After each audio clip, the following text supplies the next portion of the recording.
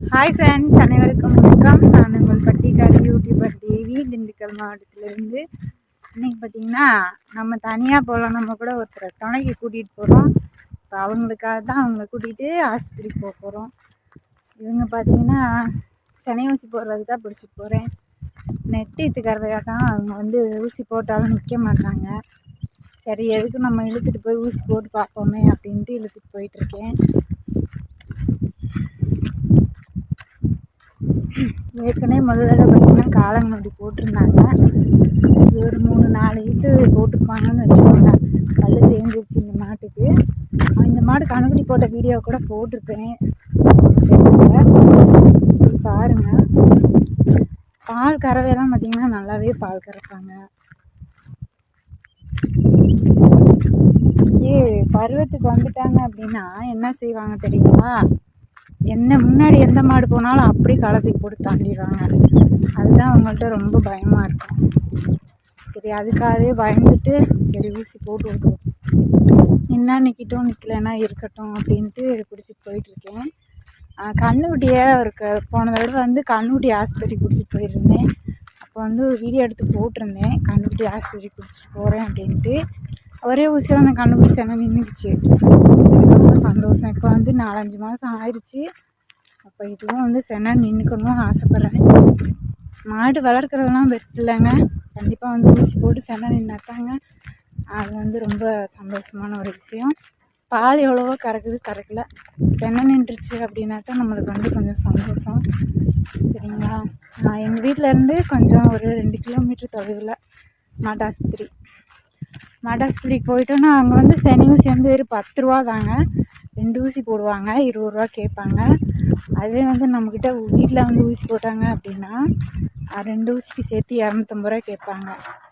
அதுதான் இப்படி வைக்கணும் இழுத்துட்டு போகிறது. இருந்தாலும் காசு போனால் போயிட்டு போகுது. போட்டாலும் நிற்கிற சந்தேகம் தான். டாக்டர் தெரிஞ்சவர், போய் சொல்லி போட்டு வந்தோம் அப்படின்னா சென்னை நிற்கிறதுக்கு வாய்ப்பு இருக்குது. இன்றைக்கி ஒருக்கு போட்டுட்டு நாளைக்கு ஒருக்கு 2 நாளைக்கு தொடர்ந்து போட்டோம்னா சென்னை நின்றுடும் அப்படின்னு சொல்லுவார்.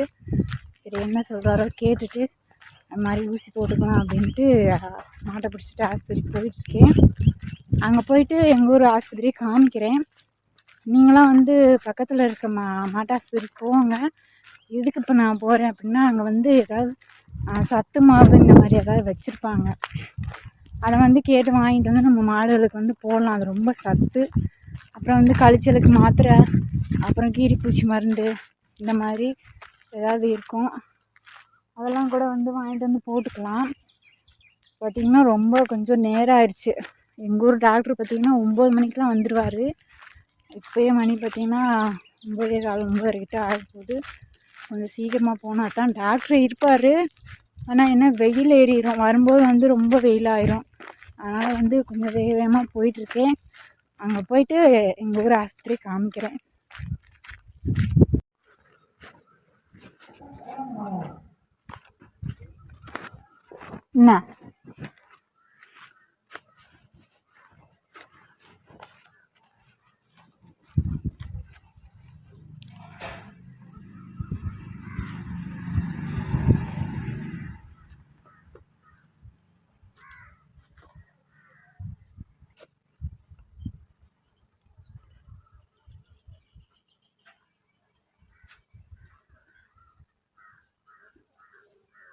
என்ன மாட்டாஸ்பத்திரிக்கு போயிட்டு ரிட்டன் வந்தாச்சு. போயிட்டுருக்கேன் வீட்டுக்கு. அங்கே போயிட்டு மாடு எதுவுமே இல்லைங்க, ரொம்ப ஃப்ரீயாக இருந்துச்சு. 2 மாடு தான் இருந்துச்சு.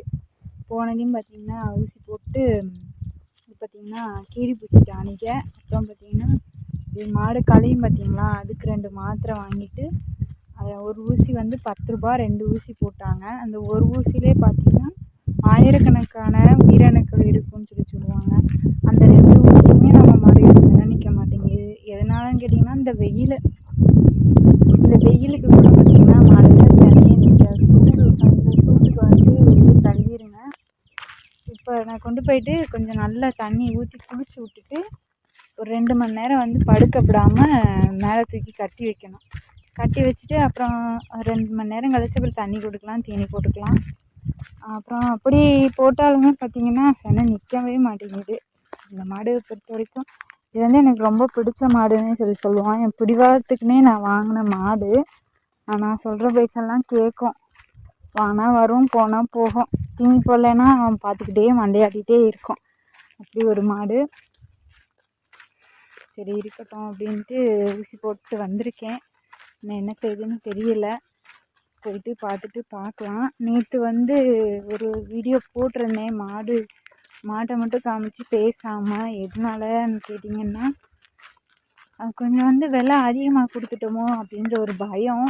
என்ன பேசுறதுன்னு எனக்கு தெரியல. அந்த மாட்டில் வந்து நான் நட்டம் வராமல் இருக்கணும்னா அந்த மாடை வந்து நான் 2 வருஷத்துக்கு இழுக்கணும். 2 வருஷத்துக்கு இழுத்து அதுக்கப்புறம் விற்றேன். இல்லை நான் அப்படியே வச்சுக்கிட்டேன் அப்படின்னா தான் அந்த மாட்டில் வந்து எனக்கு லாபம். அதுக்கிடையில் விற்றுட்டேன் அப்படின்னா போச்சு, நான் நட்டம்தான். கண்ணு வேறு காலங்க நோட்டியாக போச்சுங்களா, அதனால் கொஞ்சம் பயமாக இருக்குது. அதனால் என்ன பேசுகிறதுன்னு எனக்கும் ஒன்றும் தெரியல. வாங்கிட்டு வந்துட்டு நம்ம குறை சொல்லக்கூடாது. இருக்கட்டும்.